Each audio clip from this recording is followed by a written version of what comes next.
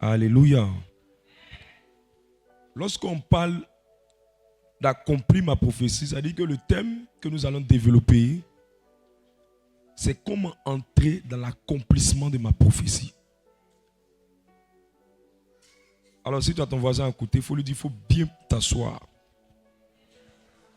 Parce que c'est le voyage que nous allons faire pendant ces 3 jours. Il dit quoi, il est prêt? S'il est prêt, il fait comme ça. Oh yes. Alors nous allons prendre quelques textes qui parlent un peu de cette profonde révélation. Habakkuk 2, versets 1 à 2.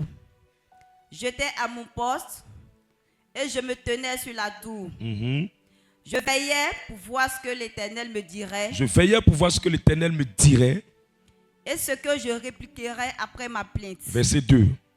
L'Éternel m'adressait la parole. L'Éternel m'adressa la parole et dit. Et il dit, écris la prophétie. Écris la prophétie. Si c'est ta Bible, tu soulignes cette partie. Si ce n'est pas ta Bible, oh là là. D'ailleurs, même je veux voir ceux qui sont venus avec quelque chose de quoi noter. Soulève le Bible, le bloc-notes, les tablettes high-tech, les smartphones de haute technologie. Dis à ton voisin, ce n'est pas la prière seulement qui change la vie. Les enseignements aussi changent la vie. Amen. Je peux vous faire une confidence. Quand Dieu voulait m'amener à créer le ministère et il voulait me donner l'instruction concernant cette vision, je suis allé m'asseoir, j'ai observé un peu plusieurs ministères. J'ai vu des ministères où tous les jours on chasse les démons. J'ai vu des ministères où tous les jours ils prient. Mais quand j'ai fait la conjugaison, je me suis rendu compte qu'il n'y a rien qui est plus important que l'autre. Mais ce qui doit être la fondation de tout, ça doit être l'enseignement. Les ministères où tous les jours les gens prient et qu'on ne les enseigne pas. J'ai vu plein de gens pauvres avec des léquets. Il y a ton voisin, il faut dire avec des léquets. Donc si tu crois que c'est maintenant on est dans cette affaire-là, il faut t'amuser. Tu vas avoir des léquets si tu n'es pas enseigné. Donc là, j'ai vu que la délivrance est importante. J'ai vu que la prière est importante. Mais j'ai vu qu'il faut joindre à ces deux-là l'enseignement de la parole. Et ceux qui retiennent mieux, c'est ceux qui prennent la peine d'avoir de quoi noter pendant qu'on enseigne. Alors soulève, je vais voir si vraiment tu es en train d'être sérieux. Soulève un bloc-notes. Très bien, très bien, très bien, très bien. Dis à ta voisine, c'est ce que tu as fait à l'école là. C'est ce que tu as fait dans l'œuvre de Dieu. Elle dit quoi, elle va changer. Il dit écris la prophétie. Donc ça veut dire que même la prophétie a besoin qu'on l'écrive. Continue le texte. Grave-la sur des tables. Grave-la sur des tables. Afin qu'on la lise couramment. Afin qu'on la lise comment? Couramment. Afin qu'on la lise couramment. Parole du Seigneur notre Dieu. Nous rendons grâce à Dieu. 1 Corinthiens 14, verset 1.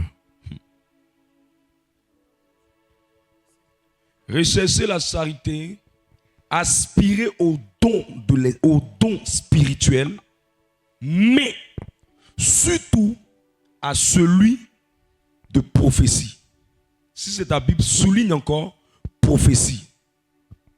Verset 5. Verset 5. Je désire que vous parliez tous en langue, mais encore plus que vous prophétisiez. Encore plus que vous prophétisez. Dis à ton voisin la prophétie. Dis à ton voisin la prophétie. La prophétie est puissante. Puissante. Alors c'est quoi une prophétie? Une prophétie, c'est une prédiction d'événements futurs. Une prophétie, c'est une annonce d'événements futurs. À quel moment on parle de prophétie? C'est lorsque quelqu'un annonce des choses qui ne sont pas encore arrivées. Lorsque quelqu'un annonce des choses qui ne sont pas encore arrivées, mais qui sont censées se réaliser. Et vous allez remarquer qu'il dit que aspirer au don, mais surtout, à celui de la prophétie. Or, la prophétie, c'est une prédiction d'événements futurs, une annonce d'événements futurs, où on parle de prophétie lorsque quelqu'un annonce des choses qui ne sont pas encore, mais qui sont censées arriver. Prophétiser, c'est quoi? C'est dire une chose en avance. Prophétiser, c'est quoi? C'est parler d'une chose avant qu'elle ne se manifeste. Tu comprends ce que j'ai en train de dire? Mais il y a une grande différence entre la prophétie et la parole de connaissance. Et beaucoup de personnes confondent la prophétie et la parole de connaissance. La prophétie, elle annonce des choses futures. La parole de connaissance, elle parle du passé et elle parle du présent. Donc lorsqu'on commence à parler du futur, de ce que tu deviendras, de ce que tu seras, de ce que tu auras, de ce que tu porteras, de là où tu habiteras, lorsqu'on rentre dans le futur, on rentre dans la prophétie. Lorsqu'on parle de ce que tu as vécu, alors qu'on ne savait pas, lorsqu'on parle de ce que tu traverses, alors qu'on ne savait pas, immédiatement, on opère avec ce qu'on appelle la parole de connaissance. Mais lorsqu'on parle des choses qui vont arriver, on opère dans la dimension du don de prophétie. Et je lève ma main comme un prophète de l'Éternel. Et je viens annoncer que quelqu'un ici va rentrer dans la manifestation du don de la prophétie. Jean le chapitre 4, verset 16. Jean le chapitre 4, verset 16 à 18. Jean le chapitre 4, verset 16 à 18. Jean chapitre 4, verset 16 à 18. Va, dis-lui Jésus, appelle ton mari et viens ici. La femme répondit, je n'ai point de mari. Je n'ai point de mari. Jésus lui dit, tu as eu raison de dire, je n'ai point de mari. Tu as eu raison de dire, je n'ai point de mari. Car tu as eu 5 maris. Car tu as eu 5 maris. Et celui que tu as maintenant n'est pas ton mari. Tu as eu. Et celui que tu as maintenant. Tu as eu, c'est le passé. Celui que tu as maintenant, c'est le présent. Ça, ce n'est pas le don de prophétie. Ça, c'est le don de parole de connaissance. Donc quand quelqu'un dit, il y a une femme ici. Il y a une femme ici, ce n'est pas un féticheur. Ou il y a un homme ici. Je reçois telle parole. C'est le don de parole de connaissance. Quand quelqu'un maintenant prend quelqu'un, lui dit, voilà ce que je vois qui va arriver dans ta vie. Voilà ce que je vois qui va se réaliser dans ta vie. C'est le don de prophétie. Quelqu'un comprend? Je veux que les victorieux soient vraiment très enseignés. Amen. Pour ne pas qu'un gars Coco Baka vienne te blaguer. Dis-moi oh yes avec puissance. C'est pourquoi nous retenons que la parole de connaissance touche votre passé, touche votre présent, pas plus. Elle se limite seulement à votre passé et votre présent. La prophétie, elle parle souvent de votre passé et elle présente votre futur. Elle parle souvent de votre passé et elle présente ou expose votre futur. Quelqu'un me donne un amen puissant. Joël le chapitre 2 verset 28. Joël le chapitre 2 verset 28. Il dit après cela, je répandrai mon esprit sur toute chair. Vos fils et vos filles prophétiseront. Ça veut dire que maintenant que le Saint-Esprit est venu, maintenant que le Saint-Esprit est arrivé, la prophétie sera quelque chose de naturel. Et je prie que quelqu'un s'y rende dans la dimension de prophète. Je prie qu'après ces 3 jours, une assemblée de prophètes soit suscitée. Et j'annonce que cette saison, tu ne seras pas paniqué parce que les prophéties vont te révéler des choses que tu ne savais pas. Acte 27, verset 21. Acte des Apôtres, le chapitre 27, verset 21. Oh, j'aime ce que je te dis. Dis-moi un amen comme la vitamine. Verset 21. On n'avait pas mangé depuis longtemps. On n'avait pas mangé depuis longtemps. Alors Paul, se tenant au milieu d'eux, leur dit, ô homme, il fallait m'écouter et ne pas partir de Crète. Afin d'éviter ce péril et ce dommage. Afin d'éviter ce péril et ce dommage. Verset 22. Maintenant, je vous exhorte à prendre courage, car aucun de vous ne périra, Mhm.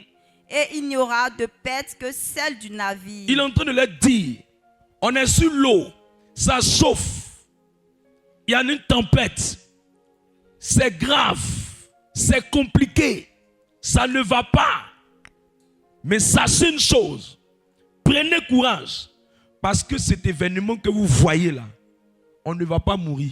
Il n'y aura aucun de vous qui va périr. Mais il leur dit, aucun de vous ne périra. Donc il est en train de leur dire, ce qui va arriver dans le futur, c'est que rien n'arrivera à quelqu'un. Il n'y aura aucune perte que celle du navire. Donc il est en train de leur dire, ne paniquez pas. C'est vrai que la tempête est en train de nous remuer, en train de nous agiter. On est sur le point de partir, mais ne paniquez pas. On ne va pas mourir. Dieu va nous soutenir. Dieu va nous aider. Dieu sera avec nous. Donc la prophétie ici de Paul révélait les choses futures. Quelqu'un est avec moi? Alors qu'ils sont dans une situation difficile, la prophétie leur parle de quelque chose qui est sur le point d'arriver. Maintenant où je veux t'amener, écoute-moi très bien. Écoute-moi très bien. À un moment dans ta vie, peu importe qui tu es, il y a une prophétie sur ta tête. Chaque personne qui est née porte sur sa vie une prophétie. Et je suis venu au travers de ces 3 jours te faire entrer dans la manifestation visible et palpable de ces prophéties dans le nom de Jésus. Mais écoute-moi bien, il y a des choses à savoir sur la prophétie que je suis en train de te donner pour faire ton initiation à l'école de la prophétie. Parce que c'est ce que tu comprends que tu peux saisir. Ce que tu ne comprends pas, tu ne peux pas saisir. C'est pourquoi on t'enseigne d'abord les lettres de l'alphabet avant de t'apprendre à écrire un mot ou apprendre à écrire une phrase. Donc mon propos, c'est d'initier aux choses de la prophétie pour que tu comprennes la valeur de la prophétie. Et l'une des choses que Dieu m'a révélé sur la prophétie, c'est que quelqu'un qui a reçu une prophétie doit savoir qu'il y a sa part de responsabilité pour que cette prophétie s'accomplisse. Aucune prophétie qui est sur ta vie ne va s'accomplir si tu ne fais pas ta part. En matière de prophétie, la prophétie est la part de Dieu, mais c'est ta part qui amène cette prophétie à son accomplissement. Parce que selon ce que la Bible dit en Matthieu 6:10, Dieu dit quand vous priez, dites que ton règne vienne, que ta volonté soit, ça veut dire le règne de Dieu est prêt à venir, mais à condition que la volonté de Dieu soit faite sur la terre comme au ciel.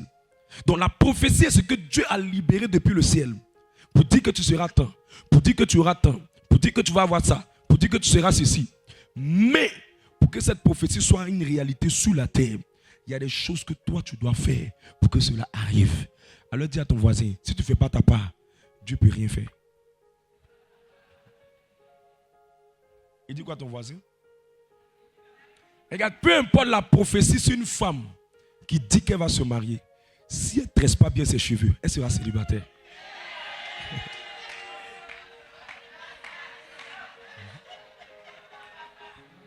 Parce que quand il explique à faire des pas là, tu m'aimeras comme phobie. Peu importe la prophétie sur un garçon qui dit qu'il sera un homme heureux dans son foyer, tant qu'il ne sait pas bien prendre une femme, il va rester célibataire. Donc la prophétie est grande, mais ta responsabilité amène cette prophétie à rentrer en manifestation. Est-ce qu'on se comprend à ce niveau? Est-ce qu'on se comprend à ce niveau? Mon deuxième propos sur la prophétie. La prophétie te donne 3 informations. La prophétie te donne une révélation. La prophétie te donne une orientation. La prophétie te donne un dévoilement. Donc quand la prophétie opère dans la vie de quelqu'un, elle va te donner une révélation. Quand la prophétie opère dans la vie de quelqu'un, elle peut te donner une orientation. Quand la prophétie opère dans la vie de quelqu'un, elle peut lui dévoiler des choses. Jérémie 33, verset 3. Jérémie 33, verset 3. Invoque-moi et je te répondrai. Invoque-moi et je te répondrai. Maintenant, qu'est-ce qui va se passer? Tu lui réponds comment? Je t'annoncerai de grandes choses. Une prophétie vient annoncer des choses. Donc je t'annoncerai de grandes choses. Ça veut dire, je prophétiserai de grandes choses sur toi. Des choses cachées. Des choses cachées que tu ne connais pas. Que tu ne connais pas. C'est ça la force de la prophétie. Elle te dévoile des choses cachées. Elle te dévoile des choses cachées. C'est ce qui fait que quand quelqu'un a la prophétie, a l'opportunité d'avoir la prophétie manifestée dans sa vie, cette personne va voir des choses qui sont cachées. La raison pour laquelle cette personne n'évolue pas, c'est parce qu'elle n'arrive pas à saisir les prophéties sur leur vie. Soit c'est quelqu'un qui te donne la prophétie, ou soit c'est Dieu lui-même qui t'amène la prophétie.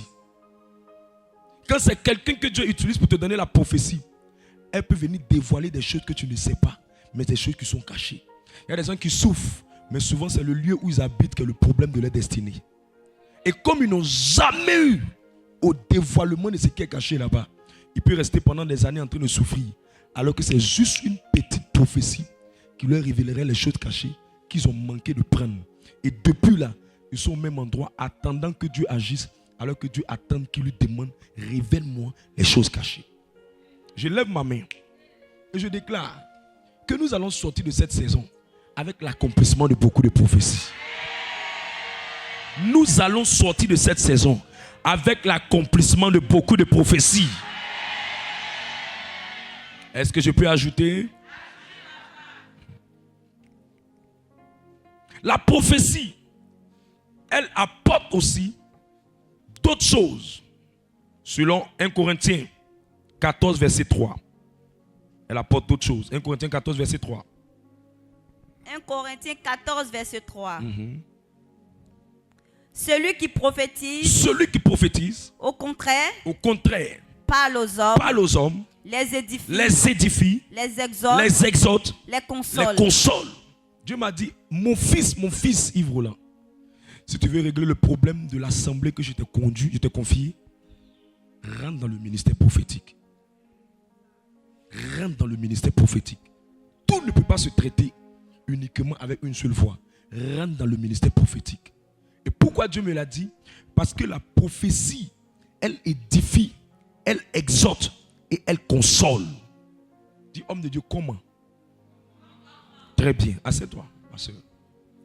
Elle exhorte, elle console et elle édifie. Tu sais pourquoi tu es paniqué par ton célibat? Au fait, c'est parce que tu n'as pas la prophétie qui t'a montré celui que tu vas marier.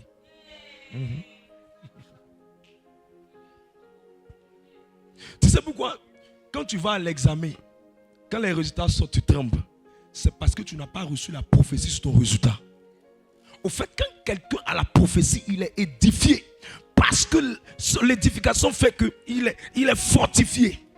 Parce qu'il sait que peu importe ce qui va arriver, à la fin, il sera admis. Parce que la prophétie lui a déjà dit ce qui arrivera dans le futur. Au fait, je me suis rendu compte que ce n'est pas les problèmes qui fatiguent les gens. C'est l'absence de prophétie sur la vie des gens qui fatigue les gens. Au fait, ce n'est pas parce que tu as des problèmes que tu pleures. C'est parce que tu ne sais pas ce que Dieu te réserve après le problème que tu pleures. Qui comprend ce que j'explique? Sinon, si tu sais que tu es Joseph et qu'après la prison, tu as te retrouvé chez Potiphar, je crois que même en prison, tu seras déjà en train de célébrer ça. Parce que toi, tu te dis que c'est l'ascenseur pour que j'arrive là où je dois arriver. Mais quand tu ne sais pas, tu paniques.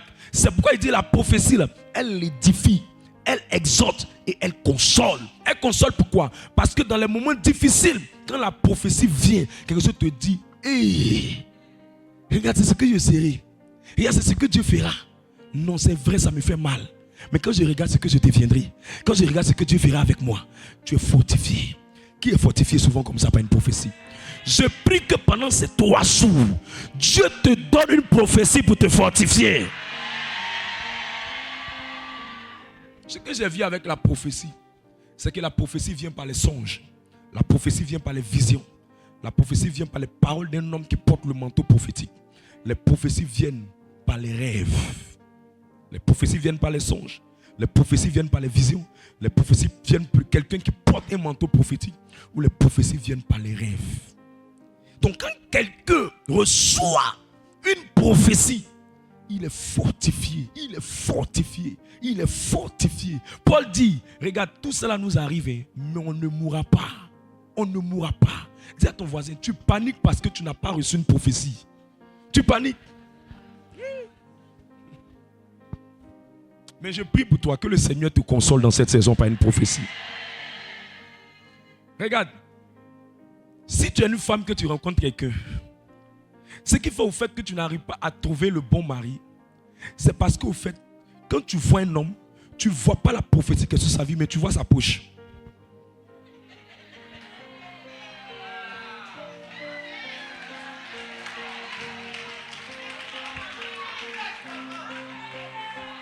Regarde, la prophétie qui est sur sa vie est plus grande que sa poche.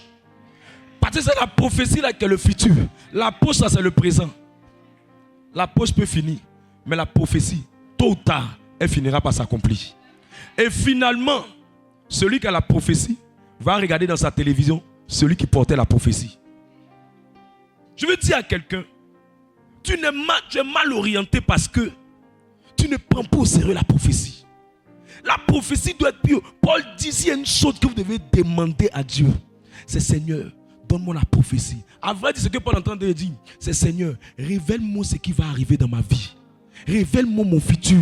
Révèle-moi mon avenir. Je suis appelé à quoi? Qu'est-ce que je dois devenir? Quand Paul dit demander la prophétie, il n'est pas en train de dire demander le don pour trembler puis tomber pour dire je vois. Non. Il est en train de dire demandez à Dieu de vous accorder la grâce de cerner et de discerner les choses auxquelles il vous appelle. Tu comprends ce que je suis en train de dire là? Au fait, j'ai fini par me rendre compte avec le temps. Autre chose que j'ai appris sur la prophétie. La vitesse avec laquelle quelqu'un évolue dans sa vie dépend des prophéties qui sont sur sa vie. Parce que la prophétie te donne de la visibilité. Or, pour ceux qui conduisent les véhicules vont se rendre compte. Vous ne filez pas parce que vous avez un bon moteur. Vous filez parce que vous voyez loin. Or, celui qui voit loin dans la vie, ce n'est pas celui qui a beaucoup d'argent. C'est celui qui a reçu une prophétie qui lui dit ce qui sera demain. Donc il peut courir plus vite que celui qui est en train de s'amuser parce qu'il a vu plus loin que l'autre. Quand tu es dans un véhicule, ce n'est pas parce que le véhicule est beau que tu files. C'est parce que tu vois bien loin. Tu vois une grande distance. Donc même s'il fait nuit, tu peux filer parce que tu vois loin. Mais quand tu vois rien, tu ne peux pas filer. La même manière, quand vous voyez quelqu'un qui court dans sa destinée, c'est parce qu'il a vu quelque chose que Dieu lui a dit depuis un moment et il n'a pas encore vu son accomplissement. Il sait qu'il est encore sur le chemin et le chemin est encore loin. Alors il accélère dans sa destinée. Tu sais pourquoi tu prends ton temps pour causer avec les camarades du quartier avec qui vous buvez Gbélé? C'est parce que tu n'as pas encore vu une prophétie sur ton avenir. Si tu as vu une prophétie, il y a des amitiés dans lesquelles tu ne vas pas marcher. Ce n'est pas parce que tu es orgueilleux, mais parce que quand tu sais ce que Dieu a dit sur toi, tu sais avec qui cette prophétie peut s'accomplir. Qui comprend ce que je suis en train de dire? Oh, que la prophétie de quelqu'un vienne cette saison. La question que je veux que tu poses à ton voisin, qu'est-ce que Dieu a dit sur toi? Elle dit quoi? Aïe, aïe, aïe, aïe, aïe. La prophétie te donne le voir d'avance ce qui se prépare pour toi. Et plus loin tu vois, plus vite tu vois, plus tu cours rapidement. Tu accélères rapidement. Parce que tu sais et tu sais et tu sais ce que Dieu t'a montré. Ce que Dieu t'a montré. Ce que Dieu t'a montré. Dieu m'a dit, on était en pleine année 2016. Il m'a dit, mon fils, une nouvelle génération va se lever. Une nouvelle génération va se lever. Une nouvelle génération va se lever. Et un bon matin, vous allez remplir le stade de la Côte d'Ivoire. Donc, même quand le découragement vient dans mon cœur, la prophétie là me fortifie. Et ma manière de me comporter, c'est fonction de ce que Dieu m'a dit. Au fait, les gens me demandent, mais pourquoi tu es toujours zélé? Je suis zélé en fonction de ce que j'ai vu. Toi, tu n'as rien vu, c'est pour ça que tu pleures. Toi, tu n'as rien vu, c'est pour ça que tu paniques. C'est pour ça que Paul dit, non, réalise ce que Paul a dit. Il dit, aspirez au don, mais aspirez surtout à votre capacité de voir ce qui va venir demain. C'est ça là. Beaucoup ne demandent pas. C'est ça, beaucoup ne demandent pas. Les gens ont laissé ça dans leur famille au combien. Alors que Dieu a donné ce don-là à ses enfants. Les gens sont allés laisser ça aux féticheurs, aux charlatans. C'est pour ça que j'ai pris le texte de Joël 2 pour vous dire. Joël 2 dit, dans les derniers temps, quand j'ai reprendre mon esprit là, on doit nous tous être en train de prophétiser. Ça veut dire, on doit tous avoir la capacité de voir ce que Dieu nous réserve. Dis à ta voisine, qu'est-ce que Dieu t'a dit? Elle dit quoi?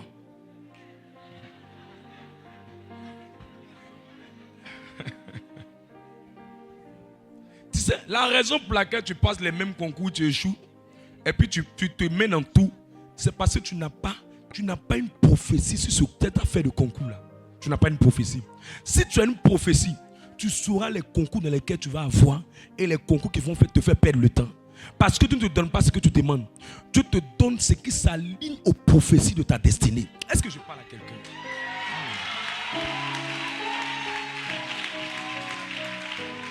C'est pourquoi toi tu pleures. Dieu dit mais le chemin là n'est pas bon pour toi. Mais si tu lui avais demandé, tu sauras quel chemin il faut prendre. C'est pour ça que la prophétie nous donne des orientations. Je lève ma main, je prie que la prophétie de quelqu'un se réalise. Je prie que la prophétie de quelqu'un se réalise. Je vais annoncer ma chute pour cette partie. Homme de Dieu, comment je fais pour avoir les prophéties de ma destinée? Parce qu'avant de dire que tu veux l'accomplissement d'une prophétie, il faut savoir ce qu'il a dit sur ton mariage. Parce que chaque destinée a une parole. Je dis chaque domaine de la vie a une parole. Il y a des prophéties sur ton mariage. Demande à ton voisin si tu connais ce que Dieu a dit sur ton mariage. Il y a des prophéties sur ta vie professionnelle. Est-ce que tu connais la prophétie de ta vie professionnelle? Il y a des prophéties sur les pays que tu as fréquentés. Il y a des pays que tu ne vas jamais voir, tu vas mourir. Il y a des prophéties sur ton niveau financier. Il y a des gens qui seront millionnaires, il y a des gens qui vont devenir milliardaires. Il y a des prophéties sur ce que tu vas réaliser. David a reçu la prophétie qui lui disait que toi là, tu ne vas pas construire mon temple. C'est ton fils qui va construire. Il était tranquille. Toi, tu ne sais rien, tu cours dans le vide. Les gens te regardent et disent, mais lui, là, il court dans le sac. Parce qu'il ne sait rien sur lui. Et quand tu sais, il y a une sérénité qui est à l'intérieur de toi. Il y a une certaine joie qui est à l'intérieur de toi. Les gens s'agitent, mais tu es tranquille. Tu sais pourquoi tu as besoin de connaître? Tu sais pourquoi tu as besoin de connaître la prophétie? Parce que ironiquement, ce que Dieu te dit est toujours le contraire de ce que tu vis. Oh, je connais Dieu.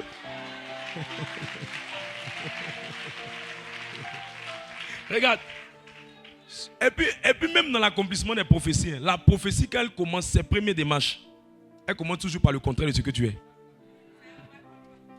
Tu t'appelles David et on t'appelle le jeune homme de rien du tout alors qu'il y a la royauté sur toi. Mais quand tu regardes David de rien du tout et la royauté qu'il porte, c'est la mer. C'est la mer. Mais c'est là que beaucoup échouent. Parce que quand on leur donne des prophéties, ils disent mais il y a ce que je suis, il y a ce que j'ai, il y a comment je vis, il y a dans quoi je suis.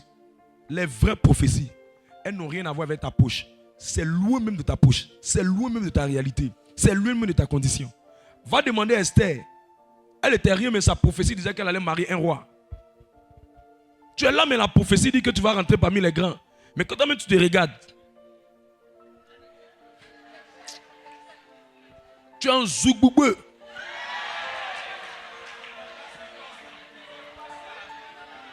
Tu dis, mais attends, quand même tu as les conditions même là, tu dis,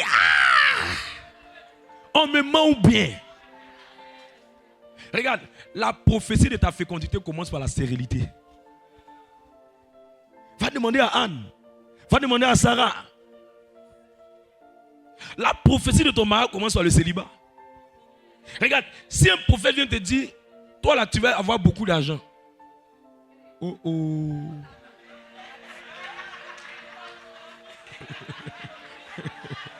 Est-ce qu'il s'ouvre l'esprit de quelqu'un? Il commence à t'annoncer dès maintenant. Prépare-toi un temps de galère. Parce que le tapis de la manifestation des prophéties, c'est le contraire de la prophétie. La prophétie de la prospérité, c'est la galère. Elle commence toujours par le contraire. C'est pourquoi l'une des manières de pouvoir discerner ou de pouvoir connaître les prophéties de sa vie, c'est de développer ce qu'on appelle la sensibilité prophétique. Les gens ne sont pas sensibles. Une femme vient voir Jésus. Qu'est-ce qui lui fait dire qu'elle doit toucher le vêtement de Jésus? qui lui a dit? Qui lui a inspiré une telle parole? Qui lui a mis ça à cœur? C'est parce qu'elle était sensible. Il joue un grand programme à Yopougon, je ne peux pas oublier. Une dame, elle s'est levée en pleine prière. Elle a couru. Qu'elle a couru, on ne sait pas qu'est-ce qu'on lui a dit. Il y a un berger dont je connais aujourd'hui très connu. Elle est venue, elle a fait une offrande à l'homme de Dieu. En pleine prière, la femme est venue faire l'offrande à l'homme de Dieu. La prochaine prière du vendredi qui suit, la dame ne comprend pas. Elle dit que quand elle a fini de faire l'offrande, elle est rentrée à la maison. Son mari était en cancer phase terminale. À la même minute, son mari vient de guérir. Mais qui lui a dit qu'elle devait faire ce sacrifice? C'est la sensibilité. La sensibilité prophétique. La sensibilité prophétique. Une sœur qui était des années dans le célibat. Un jour, elle a senti qu'elle devait aller manger dans un restaurant. Elle se lève sans s'asseoir dans le restaurant. Elle mange. C'est le jour-là qu'elle rencontre l'homme qu'elle a vu. Et le compte, ce qui montre qu'elle est sensible prophétiquement, c'est que le jour où elle est venue, c'était l'un de ses derniers billets qu'elle venait de finir le plat avec ça. Et tellement qu'elle était sensible, le jour-là, Dieu lui a fait grâce, c'est lui qui a payé son plat. Quand tu es sensible prophétiquement, tu ne peux pas agir. Les autres vont dire ça, on ne fait pas. Toi, tu sais pourquoi tu dois faire. Un jour en nativité, une femme vient rendre témoignage. On dit non, elle veut rendre témoignage. Elle était là. Et puis, quelque chose lui a mis à qu'il faut décorer la paroisse. Il faut décorer la paroisse. Il ne faut pas demander 5 francs à la paroisse. Et la dame décore. Elle cherchait enfant, ça faisait 17 ans. La dame est tombée enceinte. Quand tu es sensible prophétiquement, tu sais ce que Dieu veut que tu fasses. Là où les autres ne savent pas ce qu'ils doivent faire. Est-ce que toi tu es sensible? Est-ce que toi tu es sensible? Je n'ai pas parlé d'être chatoué prophétiquement. Non. Je n'ai pas parlé d'avoir des sounglinglins prophétiques. Non. Je parle de la sensibilité prophétique. Comment Jésus peut dire à Pierre, jette ton filet à gauche? C'est pas même l'eau là. Depuis quand il y a gauche dans l'eau, il y a droite dans l'eau. La sensibilité prophétique te permet de voir la gauche là où les autres ne voient pas la gauche. La sensibilité. Quand tu es sensible prophétiquement, tu connais quand un homme de Dieu est en train de prêcher, tu peux entendre dans son message une orientation. Un jeune frère était assis, je prêchais un message, et puis il a entendu, ouvre une entreprise dans le domaine du sport. Aujourd'hui, il est en train de parler. Il est devenu très puissant. Il est à Dubaï, actuellement, il vit là-bas. Une instruction. Un jour, j'étais en train de prêcher, il dit, vous êtes celle de la terre, vous êtes lumière du monde, vous êtes celle de la terre. Dans mon message, il y a quelqu'un qui dit, il entend son entreprise. Il faut créer une entreprise de sel. Aujourd'hui, sans dépailler les millionnaires. Mes amis, quand tu es sensible, tu sais entendre dans les mots ce que Dieu te dit personnellement. Parce que dans chaque chose que quelqu'un qui est sensible fait, il sait ce que Dieu lui dit. Tout le monde peut vouloir sortir de la messe, mais quelqu'un qui est sensible va entendre Dieu lui dire, va sur Saint-Joseph, va sur la Vierge Marie, va déposer un bouquet de fleurs. Mais c'est des gens qui ne sont pas sensibles, qui n'entendent pas. Alors que derrière chaque instruction, il y a une bénédiction. Mais comme tu n'es pas sensible, Dieu ne peut pas te dire ce qu'il a réservé pour ton avenir. Comment développer la sensibilité? Rendez-vous demain pour la prière. Rendez-vous demain pour la prière.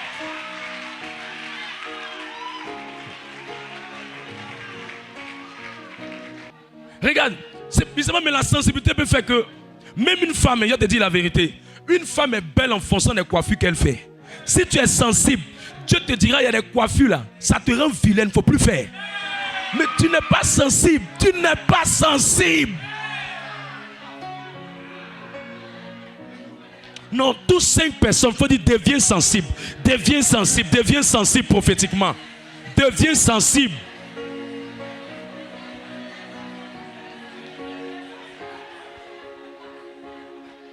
Dis-lui, deviens sensible. Regarde, quelqu'un qui est sensible peut échapper à un faux taximètre. Le véhicule vient, mais tu ne sais pas pourquoi. Tu ne veux pas monter dedans. Sensibilité. Pourquoi les hommes d'affaires se mettent dans les affaires qui les détruisent? Ils ne sont pas sensibles. Ils ne sont pas sensibles. Quand tu es sensible, tu connais là où tu dois investir, là où tu ne dois pas investir. Sensibilité prophétique. Vous savez, il y a des fois même tu arrives quelque part, quelqu'un même te dit, il va te donner à manger. Sensibilité prophétique peut faire que tu n'as pas voulu manger. La sensibilité. La sensibilité.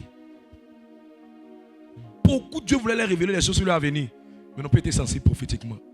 Et nous devons susciter une génération d'hommes et de femmes sensibles prophétiquement. Il y a trop de bénédictions dans la sensibilité. Il y a trop d'opportunités dans la sensibilité. Même pour un travail, pour que tu aies travail, il faut être sensible prophétiquement. If Dieu te dira, le patron là, voilà comment il faut faire pour l'atteindre. Cette intrépide, voilà ce qu'il faut faire pour pouvoir régner ici. Mais tu n'es pas sensible. Tu viens, tu es Chanel, tu bloques, tu n'es pas conduit, tu n'es pas dirigé. Et ces choses-là, si nous ne parlons pas de ça, on aura plein de chrétiens qui vont gâter l'opportunité. Or, quand tu es sensible, tu sais. Un jour, un monsieur est venu dans une entreprise, il a vu quelqu'un, il a salué seulement la personne.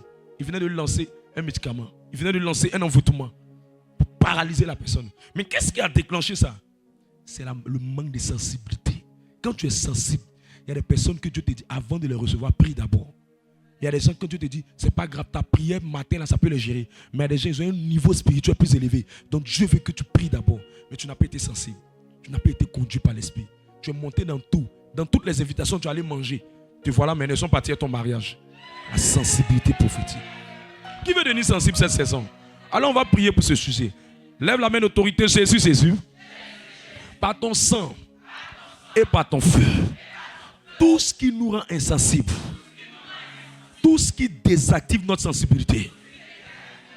Détruis ça. Dans le nom de Jésus. Commence à prier.